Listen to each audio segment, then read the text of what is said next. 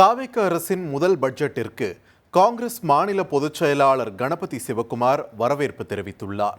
இதுகுறித்து அவர் வெளியிட்டுள்ள அறிக்கையில் கல்வி, சமூக நீதி, பெண்கள் பாதுகாப்பு, இளைஞர் நலன், விவசாயிகள் நலனுக்கு பட்ஜெட்டில் முக்கியத்துவம் அளிக்கப்பட்டுள்ளதாகவும், அரசு பள்ளிகளை நவீனப்படுத்துதல், சூப்பர் கிளீன் சூப்பர் கேம்பஸ் திட்டம், பெருந்தலைவர் காமராசர் சிறப்பு பள்ளிகளை அமைப்பது, வெற்றி மடிக்கணினி திட்டம் போன்றவை சிறந்த திட்டங்கள் என்றும் அவர் பாராட்டு தெரிவித்துள்ளார். பட்ஜெட் அறிவிப்புகள் அனைத்தும் முழுமையாக செயல்படுத்தப்பட வேண்டும் என்றும் அவர் வலியுறுத்தியுள்ள நிலையில், தமிழகத்தின் அனைத்து பகுதிகளிலும் அனைத்து தரப்பு மக்களுக்கும் அதன் பலன்கள் கிடைக்க வேண்டும் என்றும் தெரிவித்துள்ளார்.